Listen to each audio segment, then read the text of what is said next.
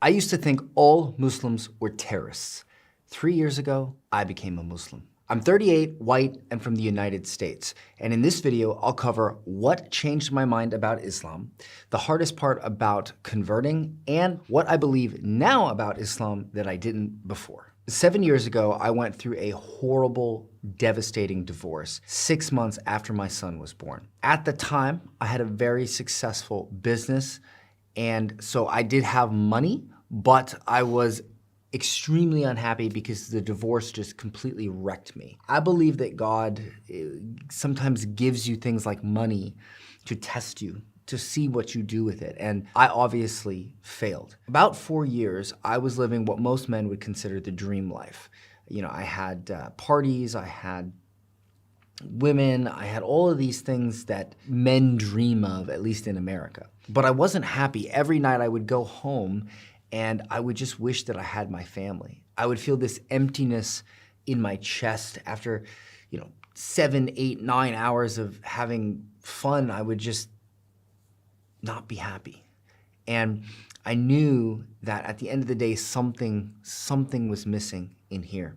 I did not think I could get any more depressed until the day it happened. I noticed that my ex-wife suddenly had this sense of peace and she just seemed happy. And so I asked her, I said, what's going on? Like, what are you doing? And she tells me, well, I decided to convert to Islam.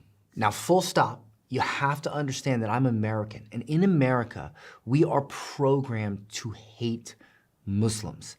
Every TV show, every movie, every time you see a Muslim, you see an AK-47, Allah Akbar, just paints a horrible picture. And so, of course, I hated Islam. I hated Muslims. I thought they were all terrorists. And so when she told me this, I was devastated. And I immediately, I'll be honest, I became aggressive.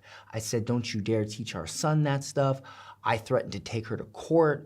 I was gonna spend every penny I had to try to take my child back so that he would not learn Islamic teachings or anything about being a Muslim. It was a really hard time for my family. So then my wife was smart enough to hand me the Quran, and she said, listen, read it. See if you find something you don't like. Now, I didn't tell her this at the time, but I've always been a big believer in know your enemy. And I had every intention to fight this, every intention to use every piece of information I could against her. And so I took the book and I thought, okay, I'm gonna learn about this religion. I'm gonna figure out exactly how to fight this because I do not want my son to be Muslim. Ain't no way, no how. So I started reading the book. And believe it or not, I didn't find much that I didn't like, but I was still very skeptical. And so I really thought about it. I really thought about it, and I read the family values, I read the things in it about being a good person and giving charity, and I thought, okay, all right, this maybe I was lied to. Maybe America, and at least the Western society lied to me a little bit about Islam. Maybe this isn't quite what they told me it was. Maybe it's not that bad, but I still wasn't sold. I thought about it and I was like, well, wait a minute. If I send my son out into the world, if I send him to school, if I let society tell him how to live, he'll have a bad day and they'll tell him that he needs to dye his hair blue and become a girl or an infinite gender or just something wacky that, look, if you thought I hated Islam, I hated that stuff even more. And so I thought about it and I was like, well, if he's Muslim, there ain't no way that's gonna happen. If he's not Muslim, it could happen. And so I thought about it and I was like, trans Muslim, trans Muslim, trans Muslim, Muslim. So I called my wife up and I said, listen, you can teach him Islam. And she was absolutely shocked. But I was making an executive decision as a father, in my mind, at the time, the lesser of two evils. Now, at this point, I really needed to understand the religion that my son was going to be taught. So I actually picked up the Quran and I started reading it. I started going to the mosque, to these little events they would have, like the children's events and the bazaars and whatnot. And I noticed that there was so much in the Quran that was amazing.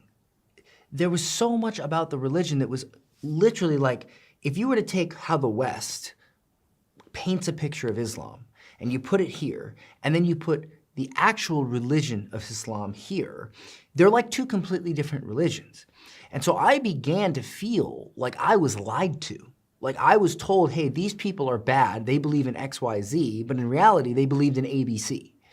And so I also noticed that when I went to the mosque, if there was a poor person, the imam would ask for money, you'd give him the money, and he would hand it to the poor person. And the mosques were just as nice as they needed to be to get the job done. When I remember going to because I grew up Christian, when I went to Christian churches, I remember the preachers having, sometimes a Rolls Royce, and they would just waste money on things. And look, no shade against Christians, but for me, it just seemed more genuine to give money and have them immediately hand it to a sister who needed it, who was struggling to feed her family, not put it in a collection jar and just hopefully maybe it'll make its way through the Rolls-Royce dealership, maybe to the poor people. And so I just noticed all these things and I thought, man, this is a beautiful religion. Now, at the time, I was dating a girl and it was going well, but for me, there was things that I did not agree with that were very Western. Things like, hanging out with other guys privately and, going on trips by yourself while hanging out with other men, and just things that I was not comfortable with. And it created conflict, and I ended the relationship. Now, I did not really realize this at the time, but that was a very Muslim thing to do. Like if you have a relationship with a man or you're married or something like that, you shouldn't be hanging out with other dudes. It's just like a basic. And I didn't need to be Muslim to feel that way. And so, that relationship ended and I was very depressed because now I had no one. I still was unmarried. I couldn't see my son all the time.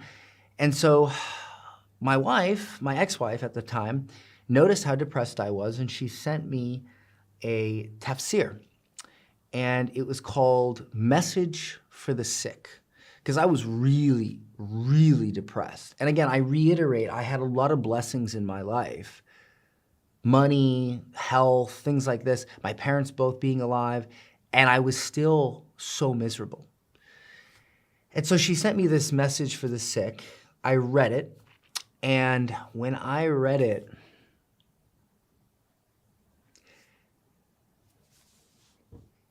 it just made everything come together for me. And I read it, and I said to her, we were actually in the car when I read it, and I said, take me to the masjid. I should have done this a lot sooner.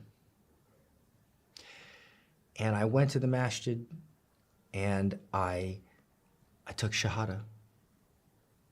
And everyone was around, and they were treating me like I was like a superstar, like I didn't even understand why at the time. It was, because all your sins are forgiven, everything is forgiven, and you're like the cleanest of them. And, I had noticed before that the Muslims were the nicest people I had ever met.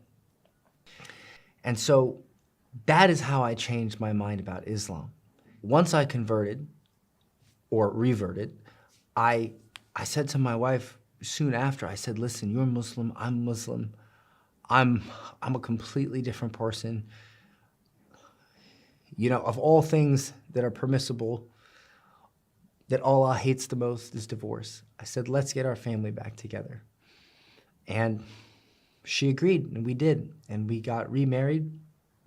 We went to the masjid, we did nikah, and then we spent some time in the US. We moved to Costa Rica for a couple years, and then we moved here to Dubai because we wanted to live in a Muslim country where we could easily find halal food and we could easily go and pray. And it's been an amazing life ever since.